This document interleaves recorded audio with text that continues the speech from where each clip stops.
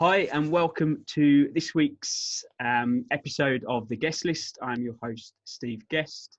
For those of you that haven't listened to an episode of The Guest List before, this podcast has really been born out of a personal brand journey in many respects, and the first book I wrote, Top Biller, that has done humbly incredibly well, and it's put me into a position where it gave me the opportunity to speak to lots of interesting people with far more intelligence and interesting journeys than me. I get to chat to them and I get to share them stories with you. So that was the birth of the Guest List podcast. Today's guest I've known probably for 12 months or so, and it's someone that all of you should know if you've got any interest or belief in building personal branding and propelling you and your business further forward. I'm going to go straight into this individual's bio. This person started the business Klowt in a small corner of their bedroom in the middle of a global pandemic. It was done because this person believed unequivocally that the future of branding is personal, that people buy from people, but more importantly, they buy from people they trust. And that is what personal branding does. It builds trust. Builds trust to generate customer leads, position yourself as the employer of choice, become an authority and be recognized as the company all the other companies want to be. It's a human-centered marketing that delivers real results. And if you'd like to talk about the personal branding elements, working with Klowt, or a mutual love of tequila, email is best. Amelia Sordell, welcome to the show. Thank you for having me. We should have had a shot of tequila to start this, really, shouldn't we? We should, yeah. A tequila is like everyone has their thing. Tequila is mine. Tequila is definitely a chosen drink, and I'm a big fan. Big fan. Are you a sipping tequila person though? Because No. I drink it like whiskey. So I've got like 7 or 8 different types of tequila downstairs that are all like obscure, like, you know, aged repossados that have come from like some artisan maker in Mexico. I love it. Is it a tequila instead of a cup of tea? No. I've had a really shit day, so I'm gonna have a double shot with an ice cube. Yeah. Do you know what? This sounds really bad, but during the pandemic, I got into drinking Hague and ginger ale, and honestly, it is the nicest drink. And the bad part was you'd find yourself like on a Tuesday evening thinking, oh, I know what I fancy. Big chunk of ice, little shot of Hague and some ginger ale. It's amazing. I think we all drank too much over the pandemic. There's nothing else to do. I think it just became part of the norm, didn't it? Because it was perhaps a little bit more relaxed, and you'd get up to go to work in your pajamas and you didn't need to necessarily get up that hour earlier. I think you were less worried about turning up with a slightly hazy view or a slightly pounding headache. I don't know, maybe that was just me. So we were talking, I think it's probably a month or 2 into the pandemic, I reckon, maybe March, April time. And we were talking very much then about personal branding and how to position yourself within a market. And we definitely have the same thought process in terms of the power of a personal brand. Where do you think it's coming from? Because it has shifted, hasn't it, the market in terms of business and company brand and personal brand and the ability to show that or showcase that. Yeah, I think, I mean, if we look at the facts, an individual within a company has 10x the reach of a company brand online. So I think when you look at that in isolation, you can start to kind of realize why people are now kind of picking up personal branding to be more of a company branding strategy. I think also the pandemic really accelerated that because we were all at home scrolling through our LinkedIn feeds, scrolling through our TikTok, scrolling through our Instagrams and our Twitters, just looking for a human connection somewhere that was not our husband/ex-husband/boyfriend, girlfriend, insert other here. That the personal branding thing and sharing content on your own feed became almost like an escapism. Like it was a way of connecting with people that you otherwise just wouldn't have had any kind of contact with. So I think it was like the perfect storm, certainly for me anyway, and building my business and how quickly we've done it. It was kind of the perfect storm of people are starting to take this really seriously because they're seeing the likes of like how quickly I'd grown, and you know, the fact that I have 100% inbound revenue off the back of literally just posting content online, paired with they just really wanted to speak to a human being as opposed to a faceless logo. It's so true, isn't it? And I'm obviously, you can't be grateful for a pandemic because it's not a good sentence or a combination of words, but the growth of Top Biller, the book I published back end of 2019, I believe owes a lot of its success to people being at home, and either recruitment businesses or managers saying, look, you need to keep educated, you need to keep your brain active, you need to go and do things. And I believe it helped sell more books. I believe it helped my personal brand because I doubled down on content in terms of videos and the ability to build things while I had an active audience, or a more active audience. And I think there was one of two people, wasn't there? I felt in the pandemic, there was people that grabbed it and thought, how can I use this opportunity to progress? And there were others that perhaps thought, I'm just going to enjoy the time of rest, and didn't really do anything. Yeah, I definitely think there was two camps. Like, and no, there was no camp that was one better than the other, right? Like you have to do what's right for you. But there was definitely a group of people that kind of saw the opportunity and went hell for leather with it. And there was definitely more of an uplift as well in activity, just generally, I feel. Particularly a platform like LinkedIn, which historically had pretty small number of people creating the majority of content. All of a sudden, we had this influx of others trying to get in on the action, which was really awesome to see. I think I read a stat that it was 1% of LinkedIn users posted. 1% of active LinkedIn. Yeah, 1% of active LinkedIn users post, and 10% of active LinkedIn users comment. So 90% of every single person on LinkedIn doesn't even comment or like, or they just lurk, post their own content. They just scroll. Yeah. I had to put a post out early on saying, are you a lurker? Are you one of these people that just watches the world? But lurkers are not bad, Steve. Like, no, I'm not knocking it. Lurkers are the ones that actually have turned into clients, because they're the ones that are in your network and they're looking at what you're doing and all this kind of stuff. People have this weird thing, particularly on LinkedIn, because when you like someone's content, it pulls into your feed and people can see that you've liked it. They've got this weird thing about interacting on other people's content because they feel like it's like a fear of visibility almost. So actually, almost all of our clients that we've got now have come from lurking, for lack of a better word. But that is the case, isn't it? I'm a firm believer 90% of my recruitment placements this year have come from me putting posts out and people engaging with me, coming to me, rather than me emailing, messaging, or specifically doing an outbound contact. And from a recruitment perspective as well, I think we're almost fighting a losing battle in many ways if we're striving for engagement, because clients aren't necessarily going to like our posts. They're not going to like a job advert or I have this requirement, and candidates equally aren't going to do the same, because they don't want to show the visibility that they might be looking for a surveyor or a site manager, and as a candidate I might be looking for a new role. And I think it's less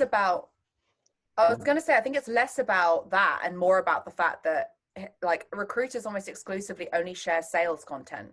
They only share stuff where they have something to sell, i.e. a role, a candidate, etc. People don't give a shit about your sales content. That should be one thing that you post after you've given away 20 pieces of free valuable information that would help your ideal audience in some way. So my inbound strategy has always been give, then ask. And then you do the giving all over again, and then you ask, and then you do the giving all over, and you just continue that cycle, because people are not interested in what you have to sell. It doesn't matter whether you're selling their dream job or their dream candidate. They don't want to engage or talk to you when you're in a sales capacity. However, and actually, if we really bring it back to specifics, 85% of your audience at any given time are not buying. They're not interested in moving jobs. They're not interested in hiring anyone. 12% are considering, because they're at that point where they're like, I might move, I might need to hire in the future. 3% are buying. So 3% of your market at any given time are looking for a new job, or they're looking to hire someone. The problem is with that kind of sales content, the reason why it doesn't get any engagement is because you're attacking the 3% that are currently buying, And so is every other recruiter in the UK. So how you get around that is you start building the trust and the authority and the interest during the 85%, which is the majority, who everyone just forgets about because they're not ready to buy yet, by giving them information that they would find interesting, by giving them tips and tricks and talking about topics that they are, you know, they're relevant to them in their current roles or whatever, so that when they do get to the consideration stage, when they move out of the not buying stage and into the consideration stage, you are the first recruiter they come to. There is no procurement process. There is no, let's go get quotes and speak to the market. It's like, hey, I've been in Steve's network for the last 12 months. He knows what the fuck he's talking about. So I'm going to go straight to him and bypass all of your competitors. So you then become the choice, not a choice amongst many. Yeah. That's an absolute game changer. In the first, 4 or 5 sentences, most of my audience will be listening to this thinking, yeah, we've been doing it slightly wrong. But it's one of those things though, Steve, like recruitment's like, I was a recruiter, right? So I feel like I can be quite brutal and honest. You get like it. How I understand it. And hey, it's one of the hardest sales jobs, if not the hardest sales job in the world. Like I understand it's hard out there. Yeah. However, you make it harder for yourself when you don't think outside the box and you don't observe the masses and do the opposite.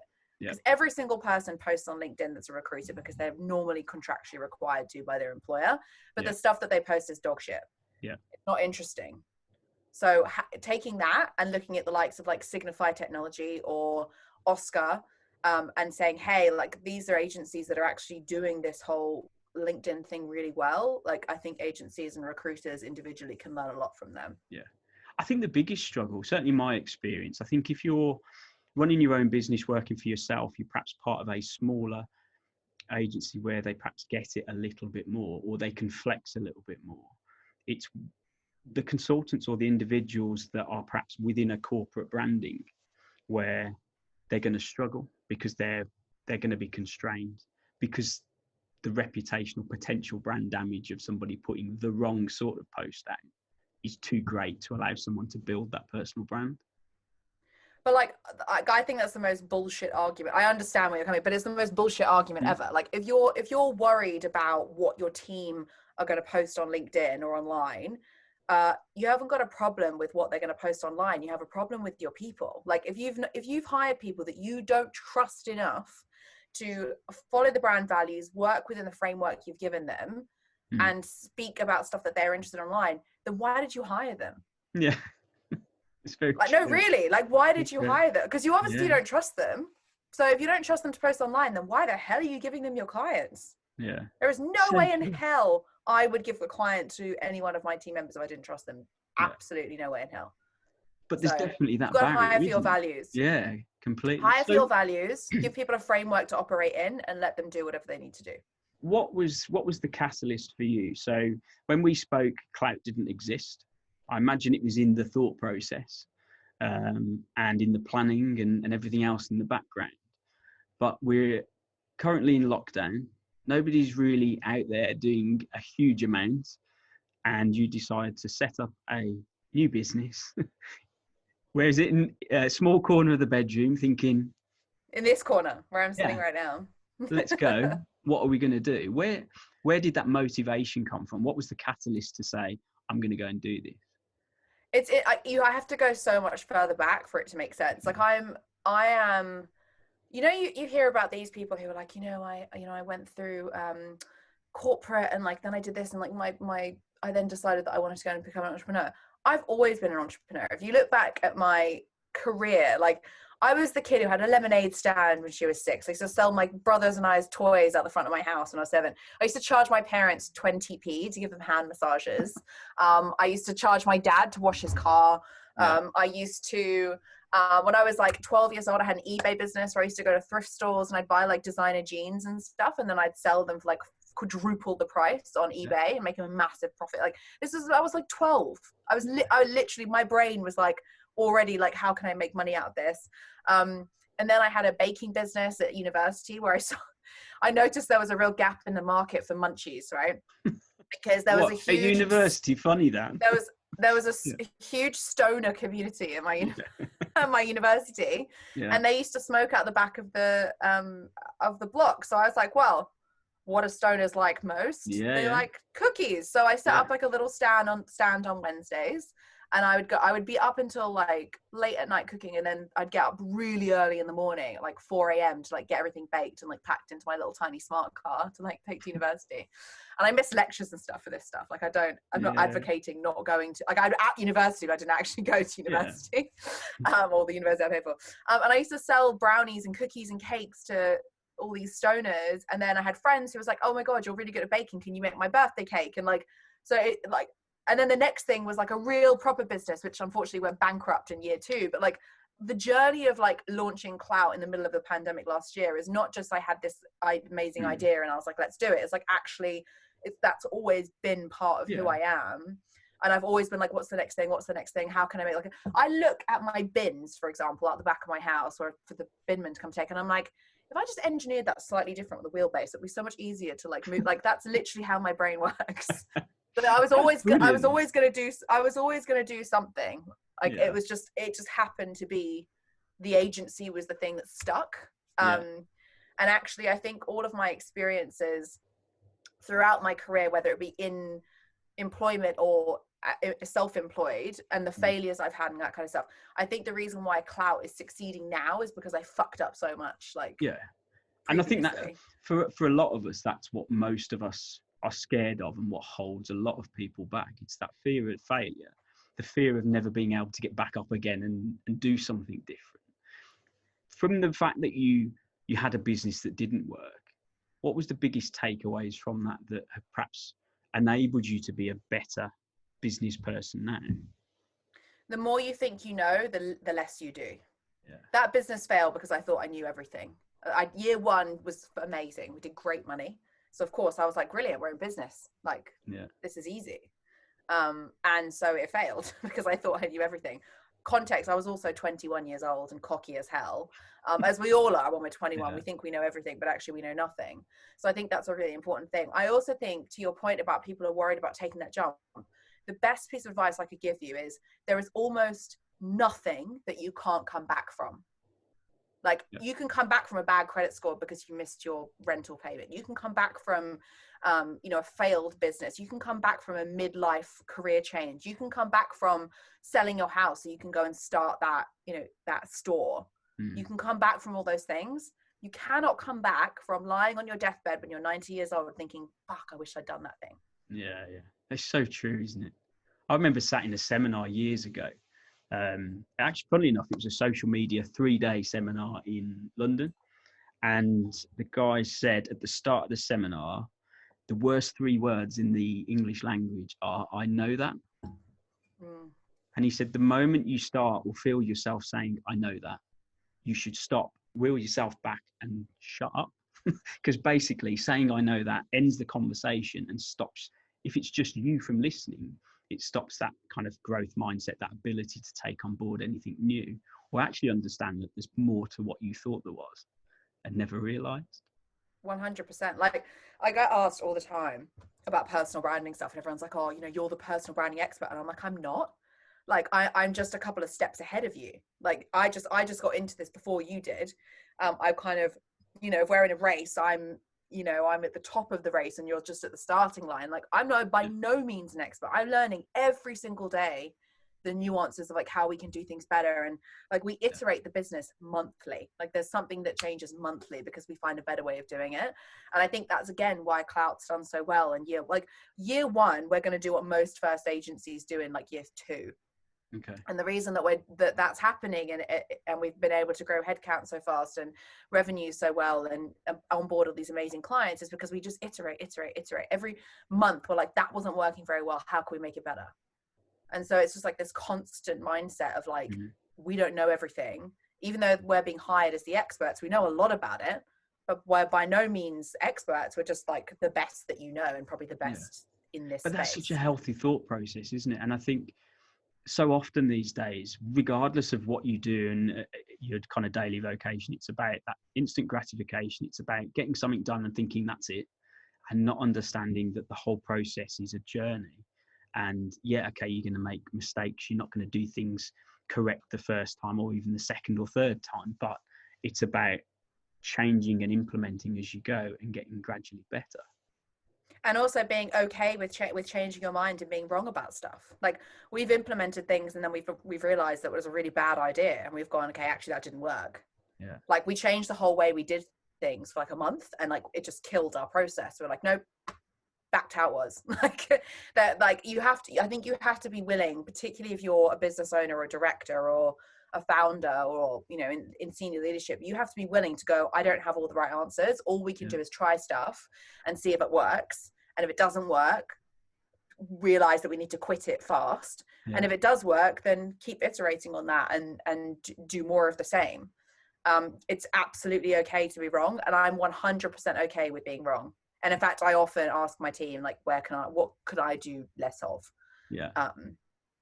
Because you can't improve otherwise. What's the path for Klowt? Obviously, you started with just you. Yeah. You're now 16 months on, 17 months on? Yeah, 15 months. And so it started with just me. I literally just wanted to pay my bills, Steve. Like, I was like, I love doing this. How can I do this that's going to mean that I can make a living and enjoy my work? So that was literally why I started it. It wasn't because I had some grand plans to, you know, build this crazy agency and, you know, be $1 million business like year 2. Like, that wasn't my plan. But very quickly I learned that there was a very strong appetite for this. And so I ended up onboarding more clients that I could possibly service. And so I hired I poached my old account, my marketing executive from my previous role. So I was like, look, like, I know I've left you and I'm really sorry, but do you want to come join Klowt? Yeah. It wasn't personal. Yeah. Yeah. Do you want to come and join me? And she was like, hell yeah, I want to come join you. Like, I loved working with you and like I've learned so much from you and like all the things. So like she jumped ship. I remember that post. I remember you. Yeah. So, post out. Yeah. So I like, it's so funny how many people say that. They're like, it's almost like like, that was a really proud moment for me that I got to hire someone. And I think it was just really humbling that so many other people, I feel like I felt that for you too. Like, it was such a big step. That's the journey, isn't it? And I think, yeah. Sorry to kind of butt in, but not at all. It's taking people with you. And if people feel part of your journey and your growth, whether we're talking on a daily basis, weekly basis, or it's a podcast 16, 15 months on, I shared that moment because it was out there and you feel part of where you're heading and proud of the fact that you've hired your first member of staff. That's the power of personal branding and social media. 100%. So we started in August, we hired her in October, and then the growth from there was just like mental. So like, we then did our first full-time hire in March, hired another person in the end of March, another person in April, another person, when did we hire her? September. And then we've just hired another copywriter, and we're about to hire another bunch of people in January. So like, by the end of year 1, we're a team of 7, 8 if you count our part-time person. Well done. Yeah. I mean, hats off. That is some going. Yeah, it's been stressful. But that's I mean, I did a post today and I basically said these are the 5 things that people will not tell you about being an entrepreneur, and I was just like, straight up, like, this is the reality of it. And so many entrepreneurs were like, yeah, this is, everyone always talks about like the wins and like how awesome it is and like all the stuff, but they don't tell you that like you never stop thinking about work and that you're always worried about payroll, even though you've got loads of money in the bank. It's just a constant stress, and you never take time off, and when you literally lose friends because you don't spend any time with your friends because all you're doing is working. Like, it's but so true, isn't it? I could not do anything else. I would lose my mind. And yeah, you wouldn't choose it to be any different. No, I'm unemployable, I think. This is completely, I suppose, out of context, but I had a discussion with someone the other week about you must make time for mindfulness and that a time where you can switch off. And I'm like, I can't, because I get bored so quickly. And I last about 30 seconds, if that. And what do you do in times like that? Do you have moments where you just switch off and you don't think about anything other than what you're doing, like go for a swim or a run or whatever it might be? Yeah, when I'm in the gym, that's the only time. It's the only time. And actually, it's the gym. Like, so obviously we all want to look like our best and like have the sexy body and like all the things.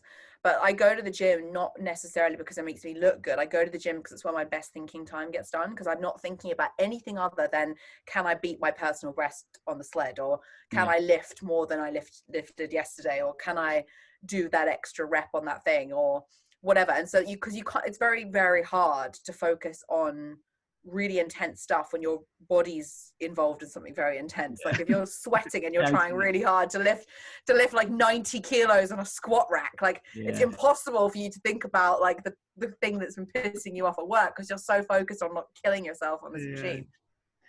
So I really enjoy doing, like, I don't meditate, I don't do the green juice bullshit, celery squeezing 5 a.m. wake up crap. Like I am fueled almost exclusively by caffeine and tequila.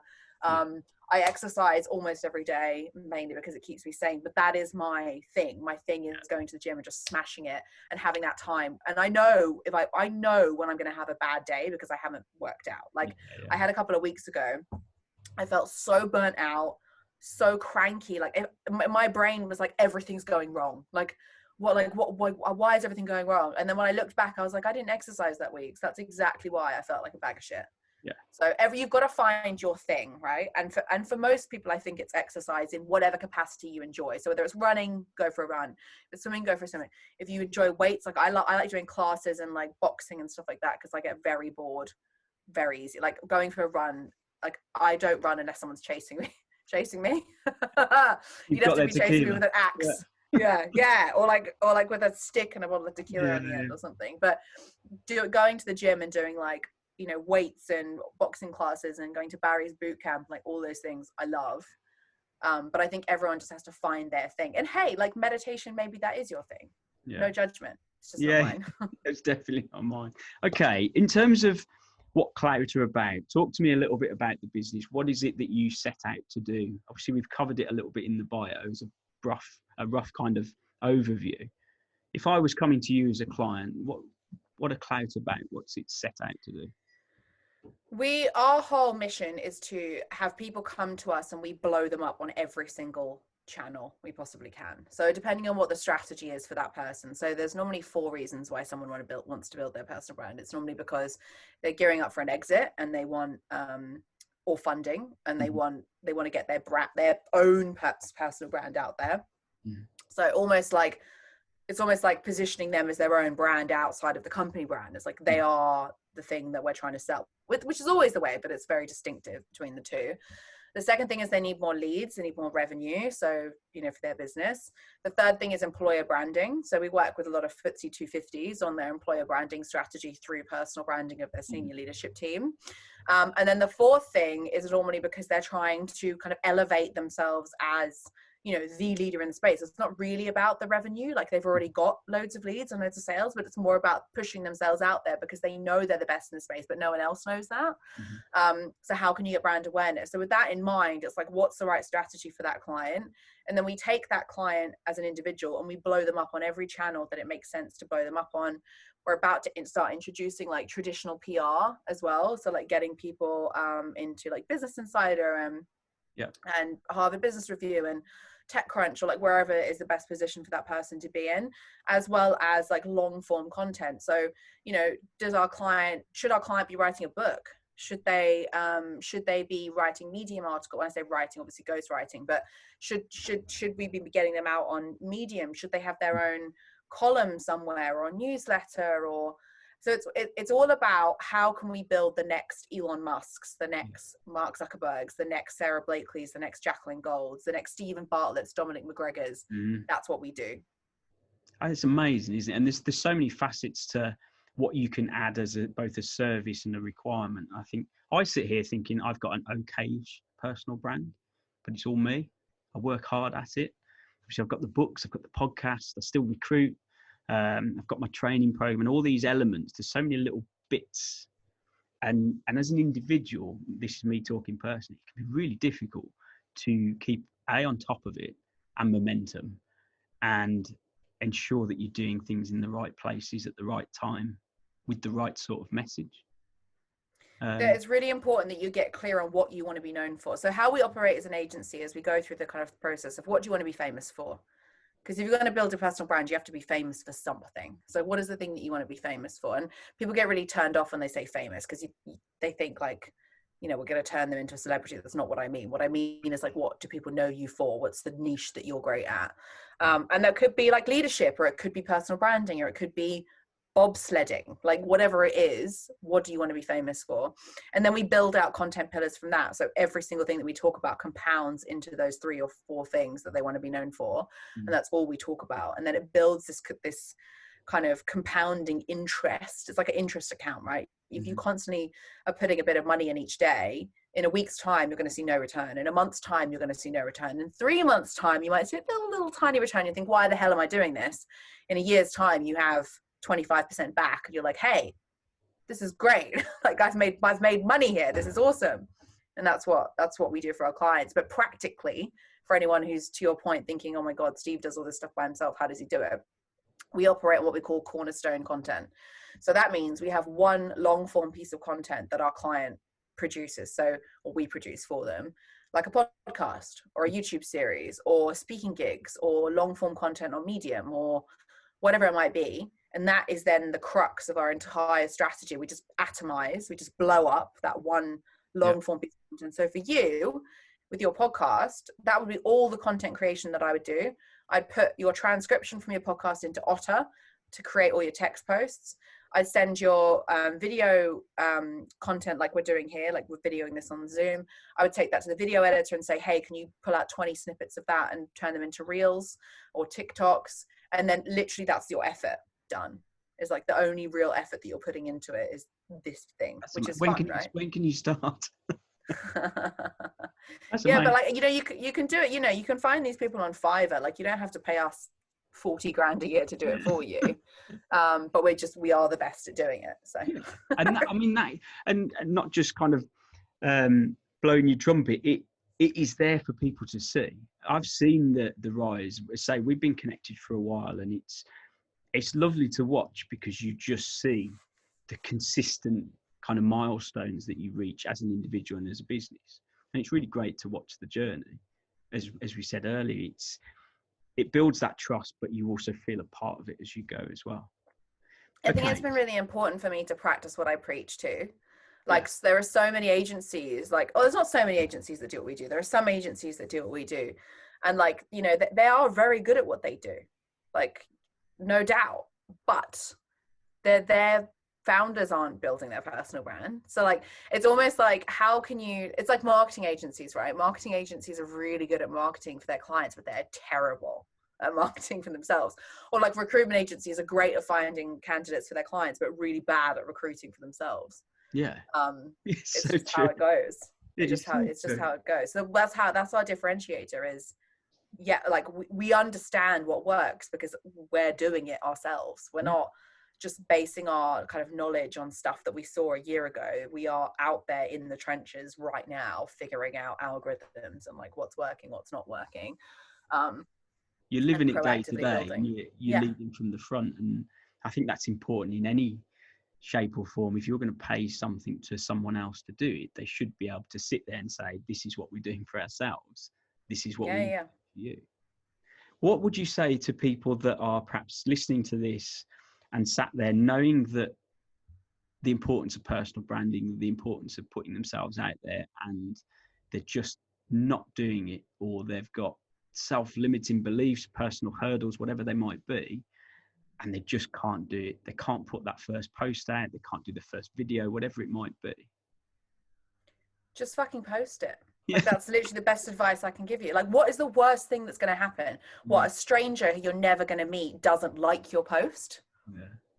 Like, in the grand scheme of things, what will happen is you will share something. There are two outcomes here. You will share something and it's going to do exponentially better than you thought it was going to do, which is 99% of the time that happens. The other 1% is you share it and no one likes it. Okay, so no one liked it.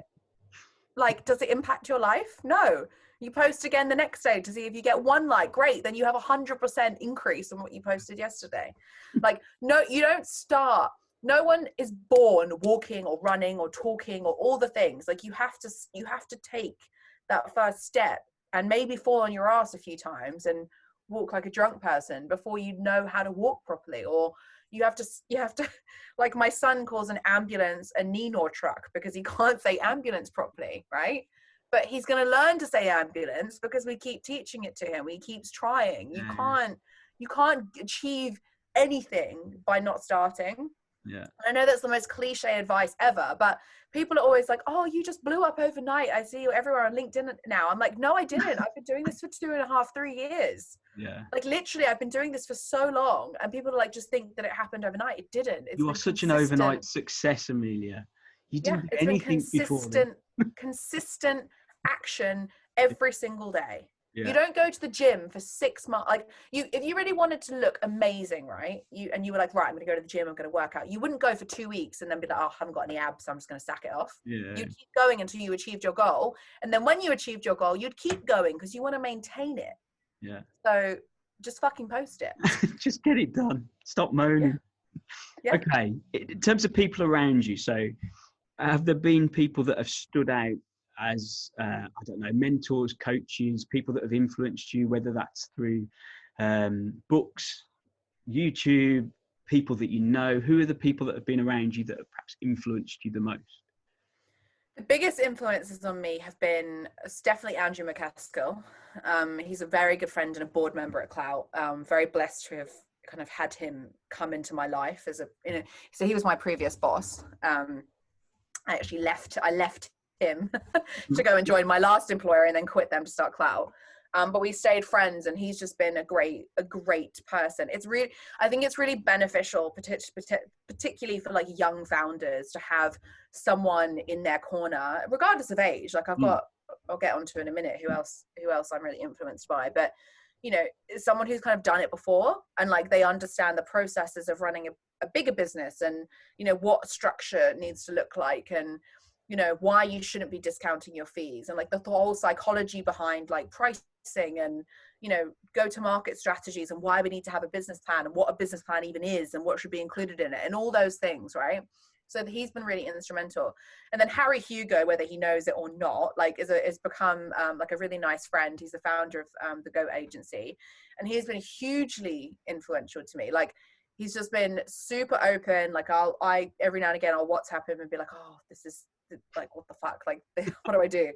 And he asks me all, like I had dinner with him recently, and he asked me all the hard questions that no one else had the balls or probably even the knowledge to ask me, and helped me come to a very hard solution on something that I'd been umming as a solo founder. I had no one else really to talk to about it. And I'd been umming and ahhing about this for ages, and I couldn't really understand where the source of that stress was coming from. And literally within 5 minutes, he was like, well, there you go, there's this problem solved. And so it's like having those people in your corner who are invested in you emotionally, not necessarily like in any kind of monetary. Like Harry has no investment in my success other than he's just helping a friend out. Like he just wants to see other people win. I think has been hugely beneficial. And I think actually, whether you're a founder or not, you need those people. Like if you're a recruiter, you need other recruiters to be like, hey, I found that this works. Or like, even if you're a seasoned recruiter and you've been doing this for years, like go and learn a different way of doing it, because you might be surprised. Instead of billing 400 grand this year, you might bill 750. Yeah, it's so important to have the people that challenge you as well. And I think quite often we'll have the friends around you, the nice friends that will say, oh, you're doing so well, you carry on doing what you need to do. But you do need those individuals that say, hang on a minute, yeah, you're doing well, but have you thought about this? Or why are you doing it that way?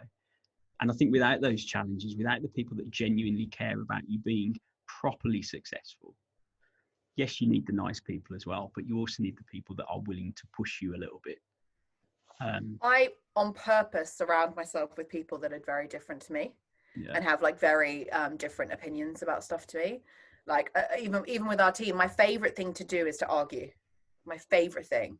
I don't know, that sounds really, really confronting, but it's the opposite, actually. I like having debates about topics, because it opens my mind to a new way of looking at things, and it opens someone else's mind to a new way of looking at things. And of course, it's never like, it's not argumentative. It's not shouting and angry. It's like, this is what I think, and this is why I think it. And then they say, actually, I don't agree. This is why I think, and this is why I think it. And then we have like a very calm and like intellectual, like that just gets my juices. I love those kind of conversations. And actually, I think that's part of the reason why I was so drawn to LinkedIn, is because I now have those conversations. I'll say stuff and people will be like, well, that's a bunch of bullshit. And I'll be like, well, why? Why do you think that? Yeah. I like having that. I like being told that I'm wrong and people backing it with stuff that actually can change my mind. Yeah. They're also the best posts, aren't they? Because they divide opinion. Yeah. And hey, I have strong opinions. I'm 100% okay with the consequences of saying them. Yeah. And you should be. I'm sure I'll get cancelled one day. Sure. I doubt it. Okay. So in terms of, again, where we are, personal branding, that build up of, I suppose, looking at it from a long-term perspective, should people be going into their days and weeks with a specific plan? Yes, they know where they want to be positioned, but should they be thinking about the type of content they're sharing, how often they're perhaps sharing it? Is there a set structure that you would perhaps advise to the person just building their personal brand as they are on their own? In the beginning, no. I think you need to make it as easy as humanly possible for yourself and say, I'm going to post every day at 9 a.m. and you are go and get as much like inspiration, consume as much content as humanly possible outside of your hours, like listen to podcasts, read books, read articles, be on Twitter, be on like wherever you get your information from, just absorb. And then you write, or even better, dictate your thoughts into the notes section of your phone, and you build out a bank of content. That's how I started. And that's literally how I kept doing that until about 2 months ago, when I finally hired a social media exec or a community exec to help me. Because it's now at a point where like, I need a content plan because I've got so many friggin' channels that like I can't, it's like impossible to manage them all myself. So now we have a content plan, but if you're just starting, like dictate your thoughts into the note section of your phone, create a bank of ideas. Like I have thousands and thousands of ideas in the note section of my phone that I've just never shared yet because I've gone, oh, this was really interesting. And I've just gone, blah, blah, blah, blah, and now it's in my phone. So you just pick one of those and you post it. And that's how you get started. It really is simple, and do it every day because, you know, you might think, oh, fuck, I don't want to do it today. But actually it's like, as I said, paying into an interest account. If you're putting in £1 a day over 2 weeks, you're going to get nothing in return. But if you put £1 a day in over 2 years, you'll see a huge return on that investment. And that's exactly what personal branding is. It's a high interest personal account. I had a conversation earlier with another podcast guest, and he's reading the Jimmy Carr book. And he was saying when Jimmy Carr started up in stand-up, every time he went out there to offer his comedy, it was like taking or buying a lottery ticket, on the basis that if he kept on buying a lottery ticket, one day he'd do a show that went crazy. And it's a similar sort of thing, isn't it, with social media posting? Every time you do it, it's like just another pound in the slot machine, and the potential that the jackpot's around the corner, whatever that might look like. Yeah, 100%. Okay, so 100%. if there's one piece of advice you would leave our listeners with, what would that be? What would that look like? One piece of advice would be start posting and don't stop. Because what happens is people get really excited listening to this and go, wow, she's got 80,000 followers, or, you know, whatever it is, 75,000 followers. That's amazing. And she's built this, like, you know, this amazing business in a year. That's incredible. But that's only happened because I started posting and I didn't stop posting. Like, even on the days that I don't want to post, I post because I know that my business, my reputation, my leads, my opportunities all stem from my ability to be visible and top of mind, because people forget about you fast. Like they've got a very busy feed, so you need to be the person that they look forward to seeing. So that would be my advice. And the second thing would be also, don't just assume that like LinkedIn is the right platform for you. Like you need to go where your audience is. So if you're a recruiter working in crypto, then maybe you should be on Twitter. If you're a recruiter working in the beauty industry, maybe you should be on TikTok. We've had so many applications from people. We had a TikTok like ad that went viral for a job ad because we knew that the people that we were trying to reach were on TikTok. Yeah. So yeah, be just start posting, don't stop, and make sure that you're on the right platform. Because there's no point in creating amazing content if the people that you're trying to reach aren't going to see it. Or if it's the wrong audience. I haven't quite managed TikTok yet. I've tried, failed. Over 40s on TikTok. I know it's not the answer that's the right answer, but I do struggle. Maybe next. It's like any kind of all social media works the same way, right? Yeah. Like you've got to see your personal brand as like Steve, and like every single platform that you run is like a different language that you speak. Yeah. So LinkedIn might be English, but then TikTok might be French, and then Twitter might be Spanish, and Instagram might be Japanese. Like you're still saying hi in across the same thing, but you just have to speak it in a different. You have to just say it in a different language. Yeah, it's just learning the language, isn't it, to go with it. Amelia, it's been an absolute pleasure. If people want to come and have a chat with you in terms of the services that you offer and the ability to help them grow their brands, where is the best place for them to be or go to? Well, I'm the only Amelia Sordell in the world. So if you put my name into Google, you will find all of my social media channels right on page 1. Yeah. But my DMs are always open. Like, it's not just about like me selling you stuff. Like, if you want to know anything or you're interested in, like, just follow me, DM me. I'm more than happy to help anyone. Yeah. And I can talk from personal experience. If you're not following Amelia and you're listening to this, then you need to do that. If you have any reasons to build that personal brand and get yourself out there, then you should be following, because the amount of value that is given out is huge. And it's free. Thank you so much. Yeah. Well, that's my strategy, is I give 100% of our knowledge away for free. We don't Foxconn anything. Yeah, it works. Thank you so much. Thank you so much for having me.